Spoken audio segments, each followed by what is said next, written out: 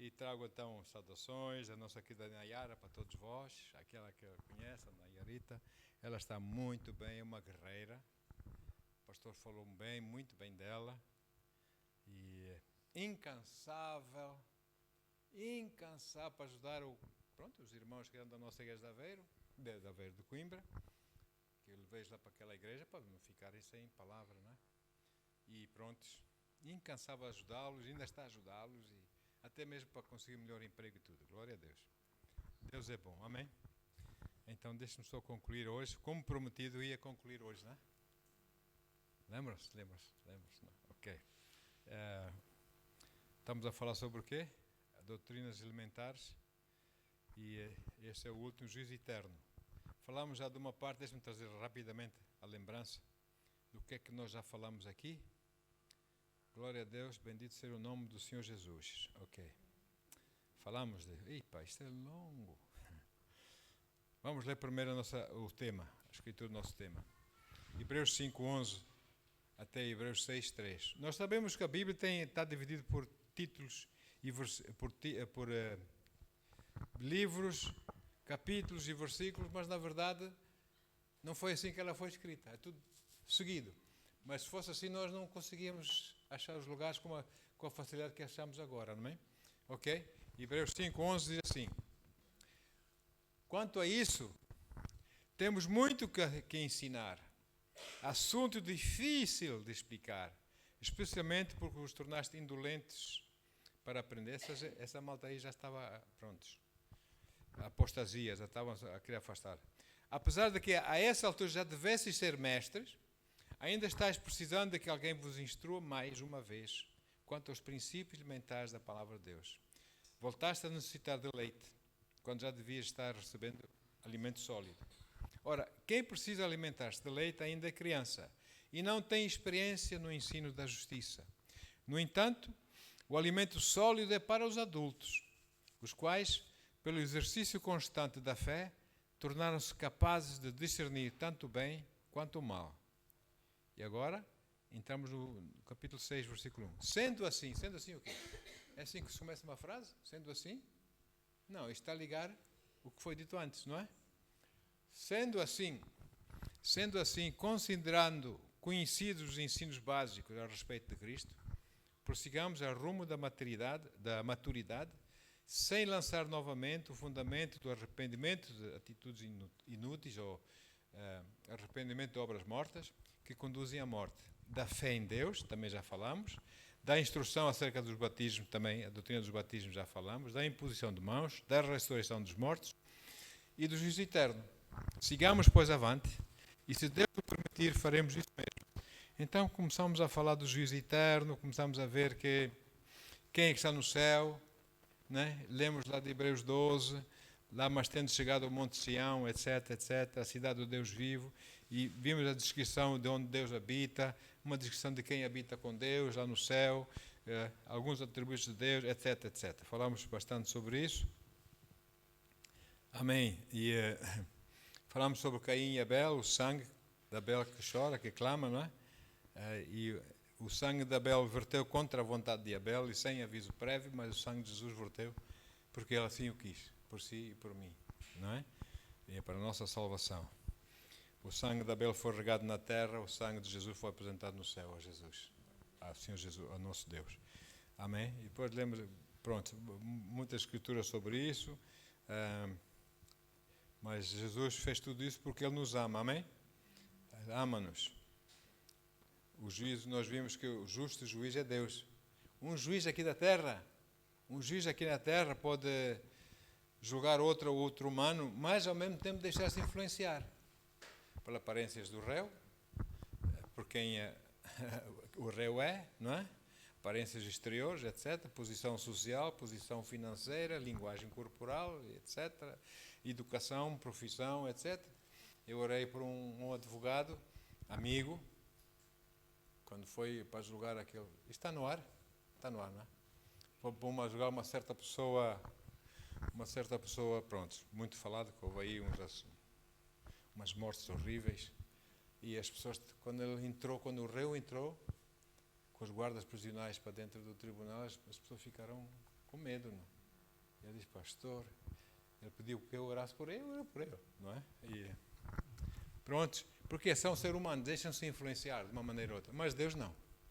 Deus é sim, sim, não, não, é justo, não é? Então, e Deus vai nos julgar pela nossa dedicação, a nossa fidelidade, a nossa entrega a Ele, etc, etc. Já falámos sobre isso bastante e vimos como Deus tem julgado. No princípio da igreja, Deus foi um bocadinho mais duro para que a igreja estava a nascer. Ele não podia permitir que certas coisas acontecessem. Temos exemplos como Ananias e Safira, e conhecem da história de Ananias e Safira, no Antigo Testamento, Sodoma e Gomorra, não é? Raab de Jericó, que guardou os espias, escondeu os espias e depois até tornou-se a linhagem da família de Jesus, da parte humana. Amém. Falamos dos 3 juízos que havia de haver. Primeiro julgamento, Tribunal de Cristo, você e eu no céu. Quando Jesus vier para nos buscar a sua igreja, nós vimos que há uma pessoa, há alguém que impede que o anti-Messias ou o anticristo se revele em pessoa já. Ele já cá está, não é? O seu espírito já está aí. Mas ele em pessoa ainda não se pode revelar porque há alguém que o impede. E esse alguém é a igreja. Mas quando esse alguém, o caminho, né, for tirado, então ele vai se revelar. Mas entretanto, enquanto vai haver coisas aqui na terra horríveis, nós vamos estar no céu, Jesus vai nos julgar no céu. Não para castigo, mas para galardão, não é? Aleluia. E depois temos 7 anos de festa. As bodas do Cordeiro, enquanto aqui há 7 anos de tribulação, não é? Pronto. Depois vai haver então o segundo julgamento, que é o trono da glória de Cristo. Quando viermos com Jesus, passados estes 7 anos, para dar-se o início ao milénio, o Senhor Jesus vai julgar os povos gentios. Amém? E sabemos que Israel não vai ser julgado. Israel é o povo de Deus. Porque Deus fez uma aliança com Abraão, não é? E Deus mantém a sua palavra, embora com certeza algumas coisas vai-lhes puxar as orelhas, com certeza, digo eu. E depois no final desses 1000 anos vai haver o grande juízo do trono branco, que não é nem para si, nem para mim, nós já fomos julgados, já temos. Jesus vai se sentar nesse trono, os livros vão se abrir, e quem não for achado no livro da vida, não é? Pronto. Vai ser lançado no lago do fogo de enxofre. Não me quiseste conhecer, também não vos conheço, apartai-vos de mim, né? Diz o Senhor. E vão ser lançados no lago do fogo e enxofre, juntamente com Satanás e o anticristo e toda aquela gente, né? Rebelde contra o Senhor. Ok, falamos disso. Agora, vamos ler com um pouco mais de atenção para a palavra diz sobre esses 3 julgamentos que eu acabei de mencionar. Tribunal de Cristo. Na Bíblia, a Bíblia portuguesa diz Tribunal de Cristo. O grego é a palavra bema, tribunal, não é? E latim é tribuna. Tribuna, bena, não é? O que é que significa? Uma tribuna, uma bema, ou um tribunal, geralmente o juiz senta-se mais alto que todos os outros. Não é? A posição delas, mesmo sentado, é mais alta que as outras posições todas. Ou seja, ele é que tem autoridade ali, não é? Ele é que tem. Assim, Jesus também tem autoridade sobre todos nós. Esse vai ser um julgamento da Igreja de Cristo. Em Romanos 14, versículos 10 e 12, Romanos 14, versículos 10 a 12, o apóstolo Paulo faz aqui uma pergunta, ele diz: mas tu por que julgas teu irmão? Ou tu, igualmente, por que desprezas teu irmão? Pois todos compareceremos diante do tribunal de Deus. Porquanto está escrito: por mim mesmo jurei, diz o Senhor, diante de mim todo o joelho se dobrará e toda a língua confessará que eu sou Deus. Não vai haver buraco onde eles se possam esconder. Eles vão ter que enfrentar o Senhor. Deste modo, cada um de nós prestará contas a si mesmo a Deus. Depois, 2 Coríntios 5:10. 2 Coríntios 5:10 diz, Paulo continua aqui, e ele diz, portanto, todos nós deveremos comparecer diante do tribunal de Cristo, para cristão, não é? Para nós, nascidos de novo, a fim de que cada um receba o que merece em retribuição para as obras praticadas por meio aqui deste corpo, quer seja o bem, quer seja o mal. E 1 Pedro 4,16, já estou a repetir, já lemos essa escritura, mas vamos ler outra vez. 1 Pedro 4, 16 a 18, isso.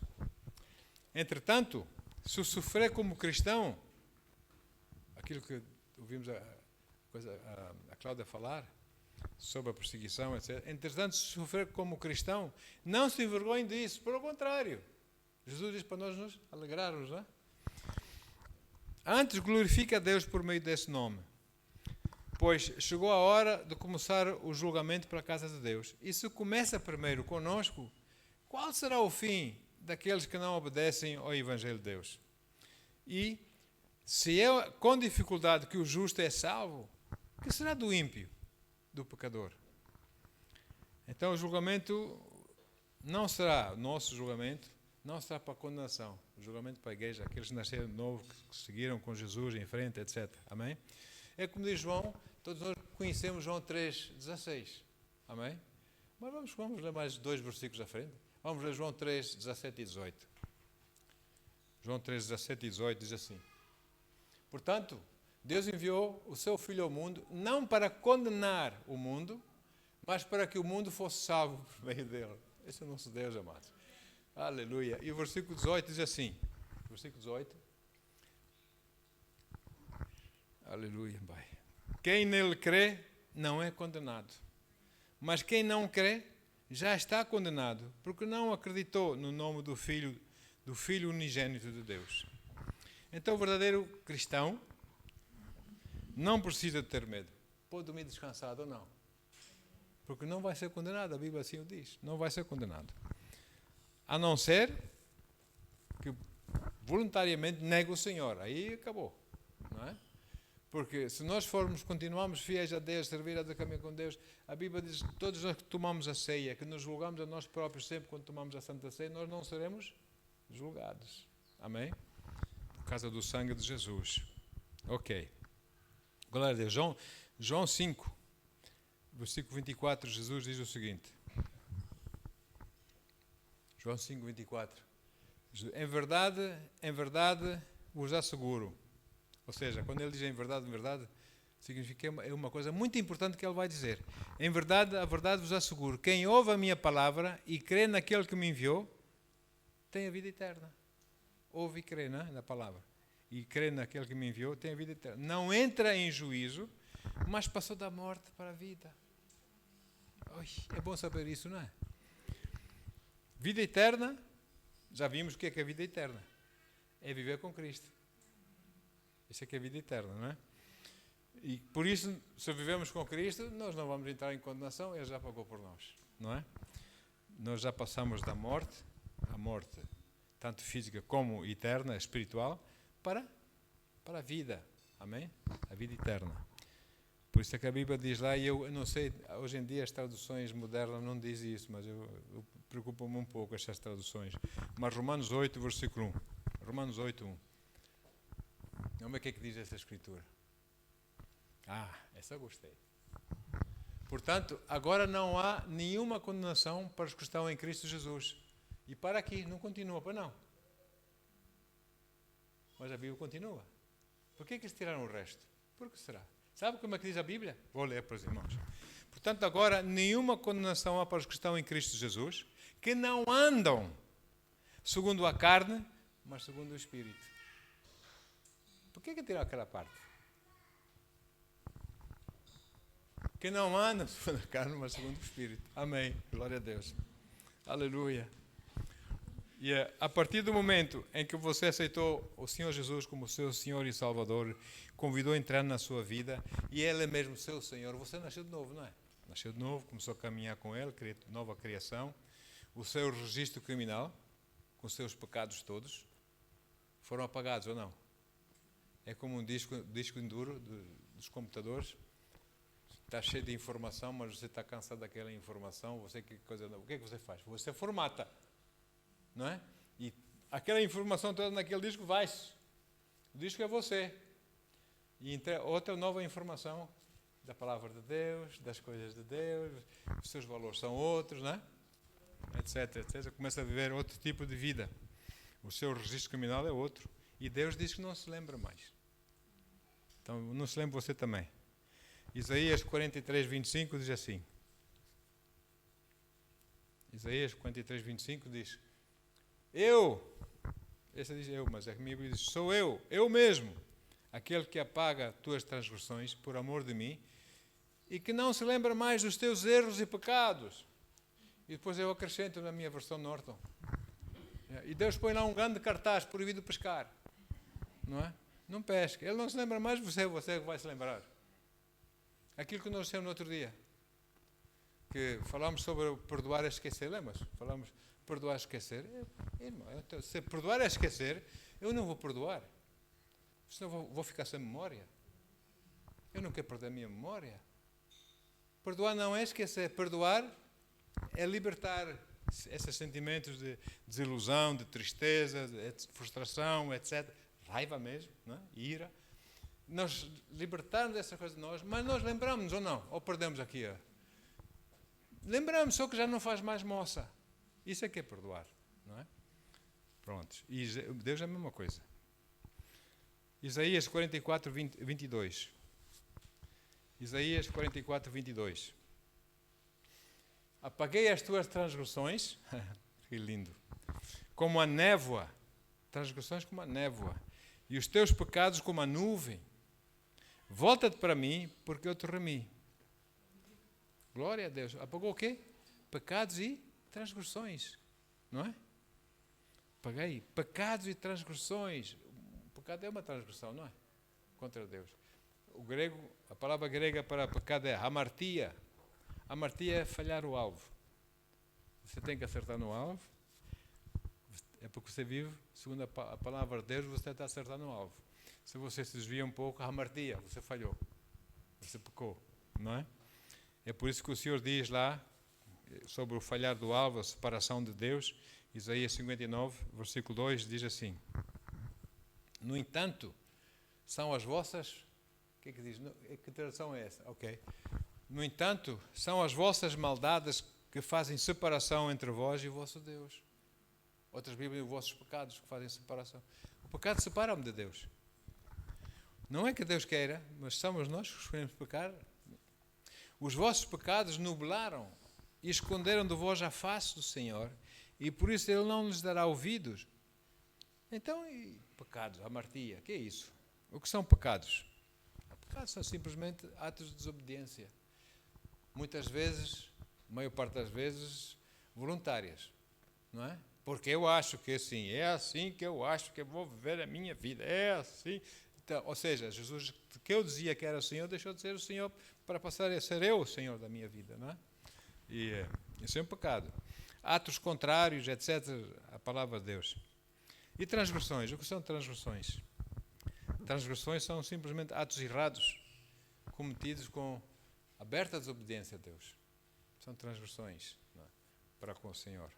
Perante uma lei conhecida, nesse caso perante a palavra de Deus.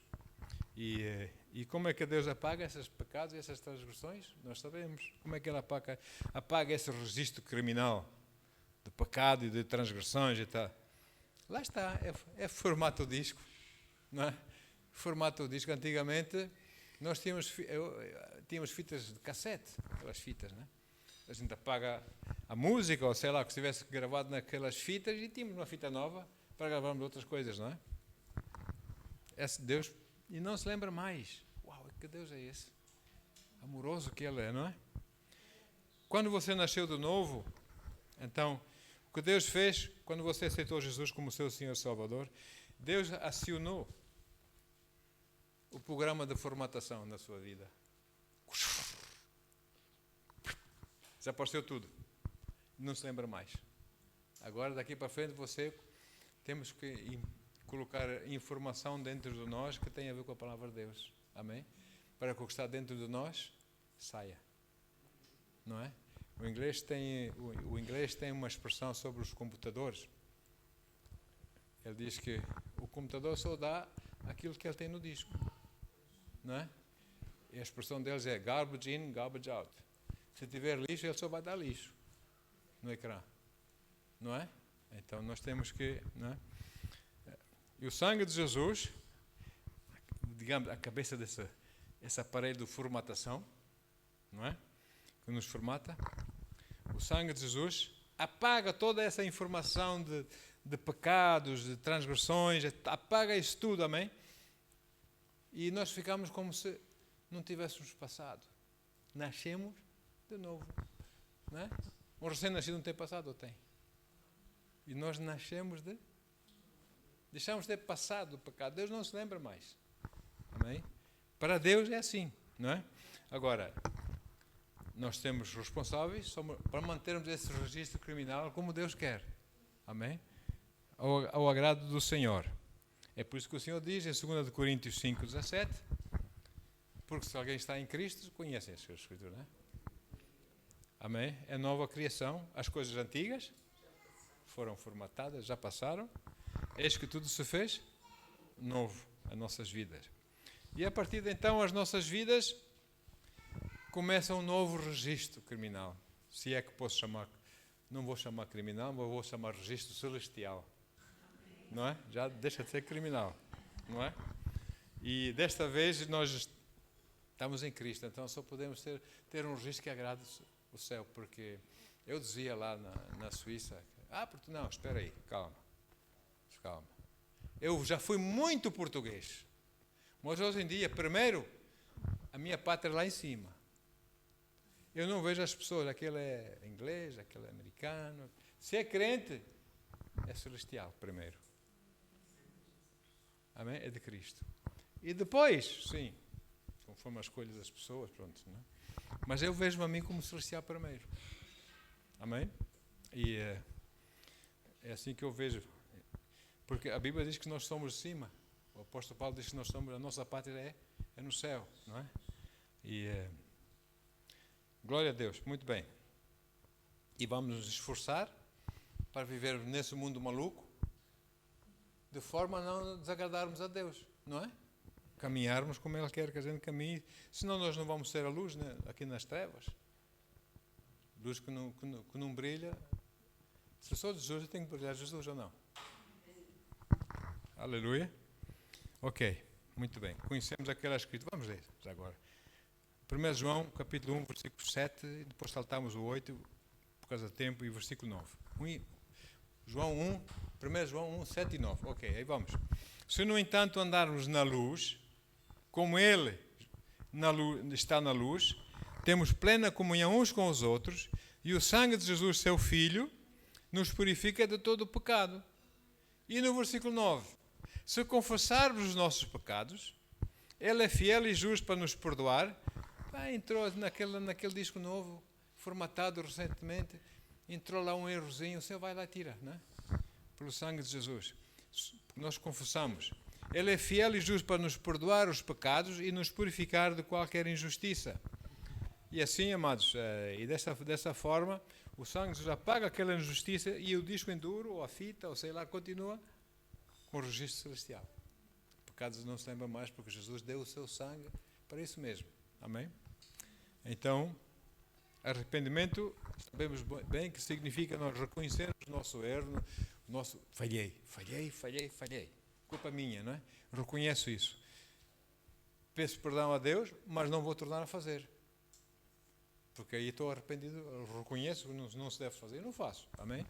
Então, o julgamento do cristão, como nós vimos, não é para condenação, é para galardão. Amém? Lá no céu.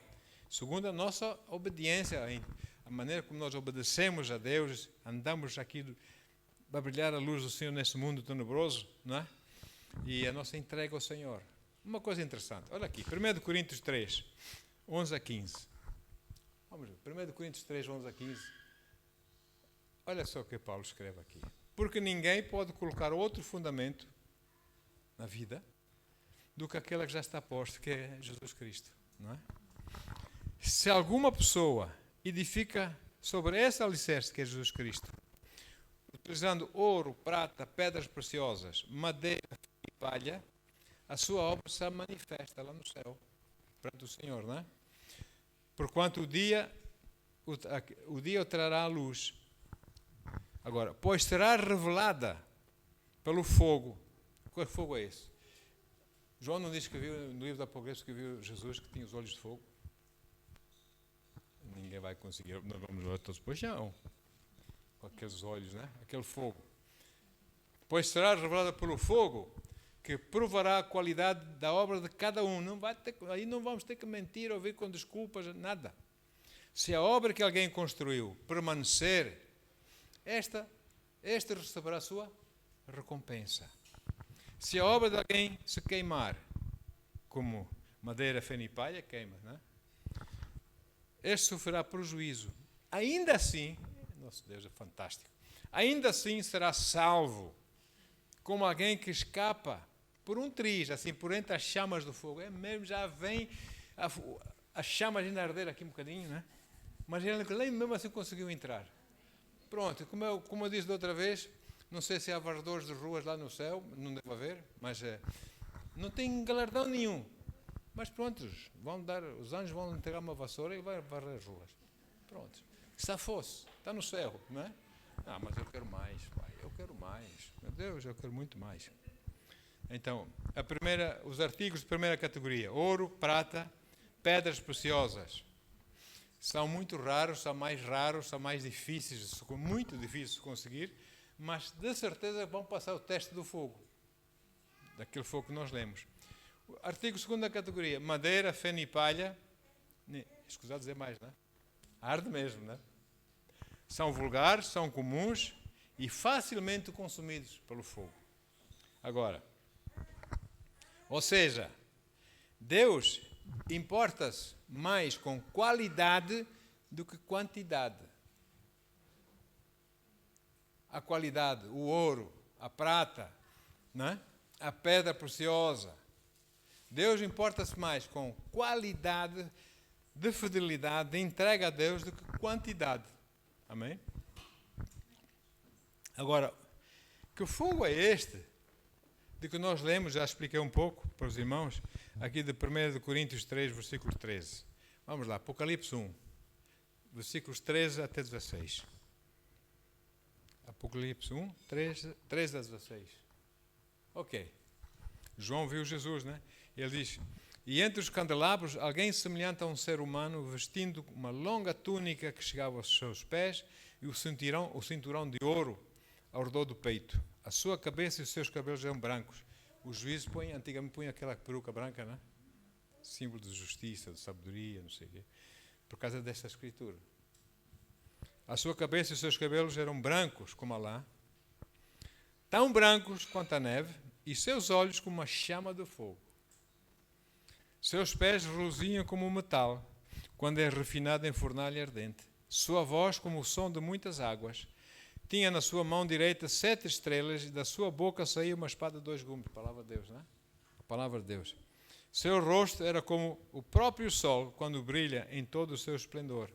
Aliás, a Bíblia diz que o rosto de Jesus brilha 7 vezes mais que o sol, não é? É tremendo. Cabelos brancos. Como já disse, sabedoria, justiça, não é? Olhos como chamas de fogo. Poder penetrante, poder consumidor, poder de discernimento, amém? Com a qual Jesus vai lá para nós como se fossem coisas de raio-x para a nossa alma, para o nosso espírito. O Senhor vai saber tudo, sem nós dizermos alguma coisa. E a sua boca saía uma aguda espada de 2 fios, a palavra de Deus, né?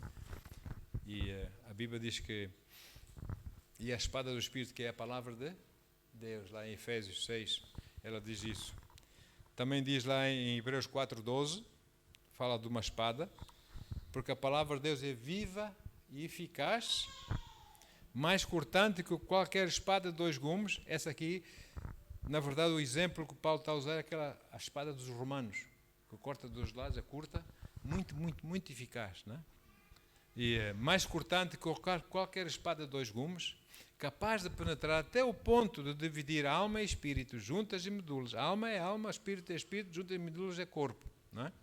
E é sensível para perceber os pensamentos, olha só, para perceber os pensamentos e intenções do coração. Irmãos, é assim, em nossas vidas nós não podemos deixar de viver de uma forma seriamente atentos como guardamos a nossa vida, principalmente em 3 áreas. muito importantes que Jesus olha para nós. 3 áreas. Número 1, motivação. Motivação. Às vezes por causa das perseguições, por causa das dificuldades, por causa dos maus entendidos, por causa, às vezes, as pessoas, pronto, nós somos humanos, as pessoas não nos entendem, não nos compreendem bem e tal, e nós perdemos a motivação, não. Mas não devemos perder, porque Jesus está a olhar para nós, não é? E depois, a outra é a obediência e também o poder de Deus. Continuar a fluir no poder de Deus, não é? Motivação. Vamos examinar os nossos motivos. Por que é que eu estou a perder motivação? Examinar os nossos motivos, não é? Fazemos o que fazemos para a nossa própria glória ou para a glória de Deus por bem do próximo? Fazemos o que fazemos por amor a Deus, para a glória de Jesus, em obediência a eles e a sua palavra, ou para o meu próprio interesse? Motivos em nossas vidas. Número 2, obediência. Queremos nós servir a Deus à nossa maneira, como nós achamos que devemos servir a Deus? Isso é religião. Amém? Ou queremos nós servir a Deus segundo a sua palavra, a sua vontade? Isso é relacionamento com Deus. E o poder? 1 Coríntios 4:20. Poder de Deus. Diz lá 1 Coríntios 4:20, porque o reino de Deus não consiste de palavra, mas de... Está lá, não é? Ok. Então, será que nós estamos a servir a Deus na imperfeição da nossa vontade e na força da nossa carne, ou nós estamos a ser guiados pelo Espírito Santo para que as coisas possam acontecer, não é? Em nossas vidas? Será que nós fomos mesmo renovados e empoderados com o Espírito Santo em nossas vidas, amém? De acordo com a palavra? Eu gosto muito desse versículo, Colossenses 1:29. Diz assim, Colossenses 1:29. Olha aí, é forte.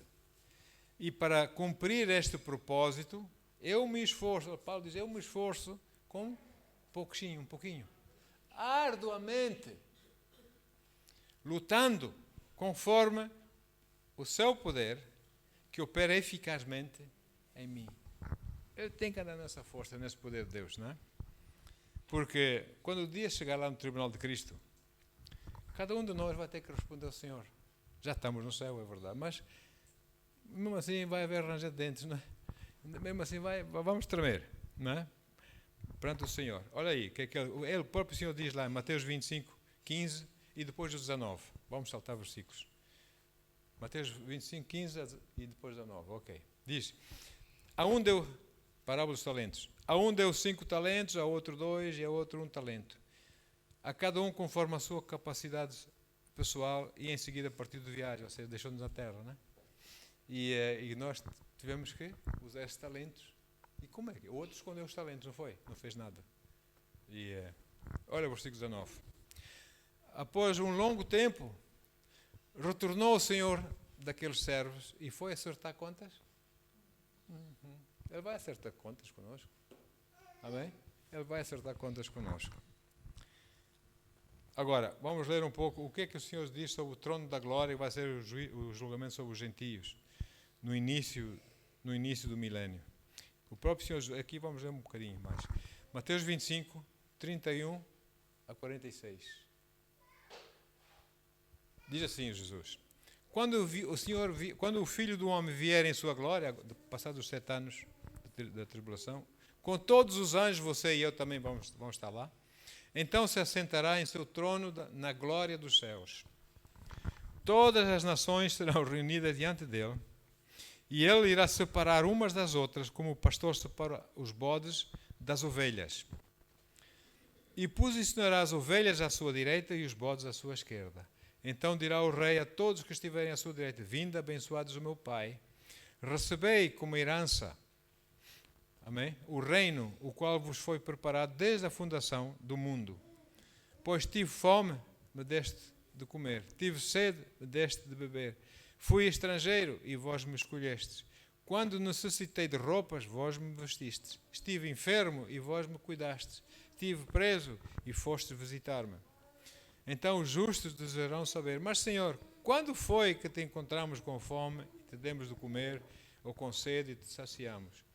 E quando te recebemos como estrangeiro e te hospedamos? Ou necessitado de roupas e te vestimos? Ou ainda, quando estiveste doente ou encarcerado e fomos ver-te? Então o rei, esclarecendo, responderá: com toda a certeza vos asseguro que sempre que o fizeres para algum desses meus irmãos, mesmo que ao menor deles, a mim o fizeste. Então ajuda os irmãos de Jesus, ajuda a igreja de Cristo. Amém? A mim o fizeste. Mas o rei ordenará aos que estiverem à sua esquerda: malditos, apartai-vos de mim, ide para o fogo eterno, preparado para o diabo e os seus anjos. Porquanto tive fome e não me deste comer, tive sede e não me deste beber, sendo estrangeiro não me hospedastes, estando necessitado de roupas não me vestistes, encontrando-me enfermo e aprisionado não foste visitar-me. Oh, ele que se safe, ele que se safe. Desculpa o termo, ele que se desenrasque. Não é? E eles também perguntarão: mas Senhor, quando foi que te vimos com fome, sedento, estrangeiro, necessitado de roupas, doente ou preso e não te auxiliamos? Então o rei lhes sentenciará: com toda a certeza vos asseguro que sempre que deixaste de fazer para algum desses meus irmãos, mesmo que ao menor deles, a mim deixaste de fazer. Sendo assim, estes irão para o sofrimento eterno, porém justos para a vida eterna. Amém? Nações aqui são as nações, como eu disse, gentias. E a Bíblia aqui não está a falar nem de crentes nem de judeus, né? Outras nações. Porque Jesus diz que, a Bíblia diz que nós podemos conhecer Deus através da sua própria criação. Reconhecemos a sua criação, que alguém superior criou, né? Olhamos para a coisa, a Bíblia diz em Romanos. E aleluia. Então, o povo eleito de Deus vai passar pela sua teimosia. A Bíblia diz que eles são de dura serviço, ou não? Já lá no deserto, não é? Dura serviço. Então, a Bíblia diz que eles vão ter que passar pelo fogo das tribulações, não é? Até, não é? Que no meio dessa tribulação, coisas vão começar a acontecer. A dura serviço vai começar a cair, não é? Muitos vão aceitar Jesus como Messias. Muitos de nós que falamos com pessoas aqui em Portugal e nossos amigos, a Bíblia diz assim, que um dia vem Jesus, vem buscar a sua igreja, de repente milhões vão desaparecer aqui da terra. Pilotos, ainda havia pensando nisso hoje, lá no avião, sobre as nuvens, a ver as nuvens, se o piloto vai, os pilotos estão ali dentro, são crentes e sobem comigo, se Jesus vier agora. Mas o avião vai para baixo, não é? Eu estava a pensar nisso, sentado lá no carro. Glória a Deus. E eles sobem. E assim também eles também vão aceitar Jesus como Senhor e Salvador. Zacarias diz isso. O profeta Zacarias 13, versículos 8 e 9. Zacarias 13, 8 e 9 diz: em toda a terra, ok? 2/3 serão ceifados e perecerão. Uau! Todavia a terça parte permanecerá, avisa o Senhor. Farei passar essa terça parte pelo fogo, lá da tribulação, etc. E a purificarei como se purifica a prata, e a provarei como se prova o ouro. Essa gente invocará o meu nome, finalmente. Invocará o meu nome, e eu a ouvirei e direi: eis o meu povo. E ela exclamará: Yahweh, o Senhor é o meu Elohim, o meu Deus. Não é? E depois 14, Zacarias 14, 2 a 4. Já agora? Vamos ler um pouco de Zacarias. Há muito tempo não li aqui os livros do tio Zacarias.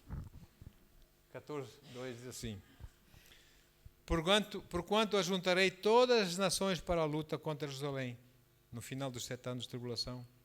Ele vai juntar as nações, todos vão se levantar contra Israel, não é? Bem, a China vai fazer aquela sua autoestrada, já não sabe bem porquê, mas já vai direitinho para Jerusalém, com seus imensos exércitos. Lá de cima o urso, a Rússia e outros vão marchar e vão vir com seus tanques de guerra, com seus aviões para atacar Jerusalém, etc. Não é? A cidade será tomada, ganhamos, vitória. As habitações serão saqueadas, olha só. As mulheres violentadas, metade da cidade será sequestrada e levada para o cativeiro. Já acontece hoje quase, não é? Contudo, o restante do povo não será exterminado da cidade. Então Yahweh, quando chegar o momento de Deus, então Yahweh se apresentará pessoalmente. Aí vem Jesus no seu cavalo branco e nós atrás dele com os seus anjos. Então Yahweh se apresentará pessoalmente, suas vestes tingidas com o seu próprio sangue, né? Para a guerra contra aquelas nações, como ele costuma fazer em dia de batalha. Naquele dia, os seus pés estarão sobre o Monte das Oliveiras. Foi dali que ele subiu ao céu ou não? Estavam aquelas 500 pessoas, ouviram as últimas instruções do Senhor Jesus, ir por todo o mundo, pregar o Evangelho, e depois ele começou a subir. E ficaram assim com olhos grandes. Como é que é possível? Contra a lei da gravidade, o homem está a subir. Até que uma nuvem o tomou e Pedro estava lá. E apareceram 2 anjos, varões galileus. Por que é que vocês estão... Assim como o viste subir, assim ele descerá. Ora bem, é aqui. É aqui, não é? Naquele dia os seus pés estarão sobre o Monte das Oliveiras, a leste de Jerusalém, e o monte se dividirá em meio, do oriente para o ocidente. E haverá um vale muito grande, e metade do monte será retirado para o norte, e a outra metade para o sul. Ok. Agora, vamos lá, Ezequiel 20, 37, 38. Acho que vai dar. Ok, diz assim: eis que farei passar sobre os vossos lombos a minha vara de correção. Olha, pastor, não é? Ele não tem uma vara? Eis que farei passar sobre os vossos lombos a minha vara de correção. Eu vos disciplinarei e vos farei entrar no vínculo da aliança. A quem Deus ama, Ele castiga, né? Quando Ele desobedece, para que não seja julgado com os outros e lançado fora, mas para ser entrado de novo no vínculo da aliança. 38 diz: e separarei dentre vós os amotinados, os desobedientes e os que se rebelam contra mim. Eu mesmo os tirarei das terras das suas peregrinações, mas não permitirei que retornem à terra de Israel. Está a falar de israelitas, a fim de que compreendam que eu sou Yahweh, o Eterno. Mas também diz uma coisa em Romanos 11, eu gosto muito dessa escritura aqui. Em Romanos 11, 26 e 27, ele diz, Romanos 11, ok? Diz, e assim todo Israel será salvo. Como está escrito, virá de Sião o Redentor que desviará Jacó da impiedade, não é? Desviará de Jacó a impiedade, assim é que diz. E esta é a minha aliança com eles, quando eu remover os seus pecados. Versículo 29. Importante. Já lemos no outro dia esse versículo 29. Porque os dons e o chamado de Deus são? Outras Bíblias dizem são sem arrependimento. A quem Deus confiou dons, a quem Deus chamou, ele não se arrepende. E nós vimos que, mesmo se eu deixar de caminhar como Ele quer que eu caminhe nos dons que Ele me confiou, amém? Na chamada com que Ele me chamou, eu deixo e vou. As coisas continuam lá, a chamada continua, os dons continuam à minha espera, ou não? E no momento que eu me arrependo, o que é que acontece? Deus formata os pecados e as coisas e eu sigo em frente com Deus. Se calhar devia estar mais maduro, pronto, é uma consequência, mas eu vou continuar com Deus, amém? As ovelhas, a Bíblia diz, Jesus fala de ovelhas, são os gentios que durante a tribulação não perseguiram Israel durante a tribulação. Nações gentias que não perseguiram. E essas serão abençoadas. Mateus 25, 34. Deixa-me acelerar que eu quero acabar. Mateus 25, 34 diz: então dirá o Rei Jesus, a todos que estiverem à sua direita: vinde, abençoados do meu Pai, aqueles que não perseguiram Israel, aqueles que não se levantaram contra Israel. Vinde, abençoados do meu Pai, recebei como herança o reino, amém? O qual vos foi preparado desde a fundação do mundo. E os bodes? Os bodes, que nós lemos há pouco, são gentios que durante a tribulação, e já começou, o espírito anticristo já cá está, vão perseguir Israel, fazer tudo para a destruição de Israel, não é? Para acabar com aquela nação. Então diz lá no versículo 41 de Mateus 25. Diz, mas o rei ordenará aos que estiverem à sua esquerda, malditos, apartai-vos de mim, ide para o fogo eterno, preparado para o diabo e os seus anjos. E assim, no princípio do milénio, sabemos que Satanás vai ser amarrado durante 1000 anos, não é? No abismo, e lançado no abismo. O anti-Messias, eu vou dizer anticristo, as pessoas talvez não entendam bem. O anti-Messias e o falso profeta vão ser atirados no lago do fogo e enxofre, e Cristo vai reinar na terra durante 1000 anos. Ele, e não mais ninguém, é que vai curar a terra. Meio ambiente, etc, etc. Ele, e mais ninguém. Vai sarar a terra, nós lemos lá de Isaías, que a criança vai brincar com a áspide, com a serpente, nada vai acontecer. O leão vai comer erva, o cordeirinho vai se deitar ao lado do lobo, né? E por aí vai. Pronto, não vai haver pecado, a terra vai ser sarada. Glória a Deus. Amém? E depois, no final desses 1000 anos, Satanás vai ser solto por um pouco de tempo, mas ele não tem juízo, não tem. Vai conseguir puxar umas nações para o seu lado e vão querer fazer mal a Deus.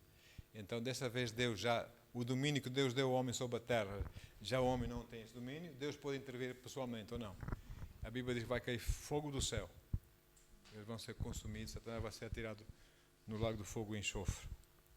Ok, muito bem. As nações que se juntarem a Satanás contra fazer as suas investidas contra Deus e o povo de Deus, etc., vão ser destruídas e consumidas em fogo. Amém? Como nós vimos. Mas, não sei se devo ler isso, porque senão... Posso ler? Não, mas, ok. Apocalipse 21 a 10. Apocalipse 21 a 10. Diz assim: Então observei que desceu do céu um anjo com a chave do abismo e uma grande corrente em sua mão. Ele prendeu o dragão, a antiga serpente, que é o diabo, Satanás, e o amarrou por 1000 anos. Lançou-o no abismo, onde o fechou, e pôs um selo sobre o abismo, sobre ele, para que não enganasse mais as nações, até que os 1000 anos se completassem. Depois disso, é necessário que ele seja solto por um pouco de tempo. Olhei e vi alguns tronos, e foi entregue o poder de julgar aos que neles se assentaram. E vi as almas dos que foram degolados por causa... Oh, tanta gente, não é? Por causa do testemunho de Jesus, da palavra de Deus, os que não adoraram a besta, nem tampouco a sua imagem, e não receberam o sinal na testa, nem nas suas mãos. Lá o tal 666. Eles reviveram e reinaram com Cristo durante 1000 anos. Entretanto, os demais mortos não reviveram até que se completasse os 1000 anos, porque morreram lá no inferno, morreram sem Cristo, não é? Esta é, pois, a primeira ressurreição. Bem-aventurados e santos os que tomam parte da primeira ressurreição. A segunda morte não tem poder sobre eles, graças a Deus. Serão sacerdotes de Deus e de Cristo e reinarão com ele pelo período de 1000 anos. Vamos estar aqui com ele. Por isso é que ele é rei dos reis e senhor dos senhores. E diz-me que alguns de nós, da igreja, vamos ser reis. E outros vão ser senhores. Como? Não sei. Sobre nações, etc. Não é? O Senhor lá sabe. Aleluia. Bem-aventurados e santos os que tomam parte da primeira ressurreição, a segunda morte não tem poder sobre eles. São sacerdotes de Deus e de Cristo e reinarão com ele pelo período de 1000 anos. E depois vem a destruição de Satanás, no versículo 7 em diante, diz que quando se completarem os 1000 anos, Satanás será solto da sua prisão, sairá para, mais uma vez, seduzir as nações que estão nos 4 cantos da terra. Sabia que a terra é quadrada? Tem 4 cantos, não é? É. Sairá-se para seduzir as nações que estão nos 4 cantos da terra, Gog e Magog. Isso aqui, há quem diga Magog é Moscou, eu não acredito, mas pronto. E outro Gog é isso, esse ali, enfim, cujo número é como a areia do mar, a fim de ajuntá-los para a grande terra, para a grande guerra. Versículo 9. Então as nações marcharam por toda a superfície da terra e cercaram o acampamento dos santos, a cidade amada. Olha aí. Todavia um fogo desceu do céu e os devorou. Aí Deus já não tem mais. já não tem mais que ficar a ver o que o homem vai fazer com o domínio que Deus deu para cuidar da terra. Agora Deus pode intervir pessoalmente. Não é? É aquilo que eu tenho dito, irmãos. Ai, tantas criancinhas sofrendo nessas guerras. Ainda dizem que há Deus. Não culpa Deus, culpa os políticos. Não é? E, enfim, versículo 10. O diabo que os enganava foi lançado no lago do fogo, que arde com enxofre, onde já tinham sido confinados a besta e o falso profeta. E eles serão atormentados dia e noite pelos séculos dos séculos. E depois vem o grande juízo branco, do trono branco. Logo a seguir, Apocalipse 20, 11 a 15, já estamos a terminar. Ok. Em seguida, observei um grande trono branco, e o que estava assentado sobre ele, a terra e o céu fugiram da sua presença. E não foi achado lugar para onde eles se esconderem. Não dá. Vi também os mortos, grandes e pequenos, em pé diante do trono, e alguns livros foram abertos. Então abriu-se um outro livro, o livro da vida. E os mortos foram julgados pelas observações que estavam registradas nos livros, de acordo com as suas obras realizadas. O mar entregou os mortos que jaziam nele. E a morte e o Hades, o inferno, não é? Entregaram os mortos que neles havia. E um por um foi julgado de acordo com o que tinha feito. Então a morte e o Hades foram atirados ao lago do fogo e enxofre. Esta é a segunda morte, o lago do fogo. E todo aquele cujo nome não foi encontrado escrito no livro da vida, foi lançado no lago do fogo. Não me quisesse conhecer, apartai-vos, eu também não vos conheço. Não é? E com este juízo, ou com este julgamento, vai terminar todo o pecado. Acabou. O artista está lá também já a arder, não é? E toda a transgressão, e toda a rebelião, e toda a autoridade, será que se levanta contra a santidade do Senhor nosso Deus Todo-Poderoso, tudo isso vai terminar. Oh, glória! Os que pertencem ao Senhor Jesus vão estar no céu, com Ele, e os que se escarnecem e se riem dele, e que negam a cada dia, e dizem que Ele não existe, e é que é assim, a ciência, right? E vocês já viram algum dia um Mercedes a dizer, eu não acredito na minha fábrica de Mercedes? Já ouviram? Ridículo, não é? Mas enfim. E assim, amados, os que pertencem a Jesus vão estar no céu, glória. Com Ele. E os que escarneceram e se riram dele, que negaram, vão aparecer perante Ele, vão fazer contas. Não é?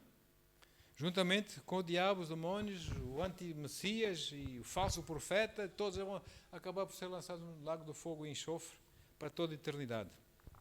E portanto, amados, mas sejamos mesmo eternamente gratos a Deus. Eternamente gratos ao Senhor nosso Deus, amados. Sabe? Porque pela obra do Senhor Jesus na cruz. Eu quero que mais pessoas conheçam Jesus. Essa Europa orgulhosa, teimosa e ateísta, está muita gente para ser ganha para Jesus, amado. Há muito trabalho para fazer. Muito trabalho para fazer. Não é? Então, a salvação é um dom gratuito, não é? Mas o Senhor confia-nos em nós para nós irmos levar essa mensagem para eles, não é? É como diz Romanos 6:23 e terminamos. Conhecem Romanos 6:23, mas eu vou ler. E é por isso que nós temos que pregar o Evangelho da salvação do Senhor Jesus. Porque Romanos 6:23 diz, porque o salário do pecado é a morte, mas o dom gratuito de Deus é a vida eterna por intermédio de Cristo Jesus, nosso Senhor. Porquê? Porque Jesus é o caminho, a verdade e a vida. E ninguém vai ao Pai lá no céu, senão por Jesus. Amém? Só em Jesus, que é a porta para entrarmos para Deus, existe salvação e vida eterna para os humanos. Amém? E terminamos aqui o nosso curso. Glória a Deus. Pai, obrigado, Senhor, pela Tua palavra, Senhor. Obrigado, Senhor, porque Tu és tão carinhoso, Tu és tão paciente, Tu és tão gracioso, Pai. Oh Deus, Tu não queres castigar ninguém, mas Tu deste-nos escolher. Tu puseste-nos uma escolha, Pai. Tu não obrigas e por isso nós temos que escolher. Oh Pai, obrigado, Senhor, por aqueles que já te escolheram a Ti, Pai, e caminharem contigo nesta vida, Senhor. E obrigado para mais e mais que virão, que já estão a vir aceitando Jesus, Pai.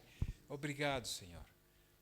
Oh Deus, por esse mundo fora, quantas bilhões e bilhões de almas há que precisam ser salvas, Senhor. Senhor, levanta a Tua igreja, Pai. Obrigado, Senhor, por mover poderoso o Teu Espírito, Senhor. Oh Deus, obrigado, Senhor, por essa geração, Senhor. Oh Deus, que Tu vais usar para ganhar essas almas, mais e mais almas para Ti, Senhor. Oh Deus, esses jovens maravilhosos que estás a levantar, que queres usar, Senhor, para a pregação do Teu Evangelho, Senhor. Oh Deus, que vão atrair muitos e muitos a Ti, Senhor. Pai, obrigado, Senhor. Obrigado pela Tua unção fresca em nossas vidas, em nome de Jesus. Aleluia. E todos dizem amém, amém. E quando eu digo jovem, eu incluo a mim também, em nome de Jesus. Aleluia. Deus é bom. Amém, Pai. Obrigado. Eis, Deus não está zangado com ninguém. Deus quer que todos venham à salvação. Ele, pelo contrário, Ele ama todos, né? Aleluia. Obrigado, Pai. Senhor, queremos orar, Deus, sobre o Senhor, essa situação que estamos a viver, do arrendamento, dessa situação, Pai. Entregamos nas Tuas mãos, pedimos sabedoria, Pai. Antes de olhar horizontalmente à nossa volta, nós queremos orar verticalmente para Ti, Senhor. E buscamos sabedoria e entendimento, Senhor, para que nós possamos agir de acordo com os Teus conselhos, com a Tua palavra, para que o Teu Espírito possa operar, Senhor. E nós vermos, Senhor, que Tu és bom. Pai, obrigado, Senhor, já para esse homem, Senhor, para a sua salvação, em nome de Jesus. Eu oro que ele tenha um encontro sério contigo, Senhor. Pai, Tu és o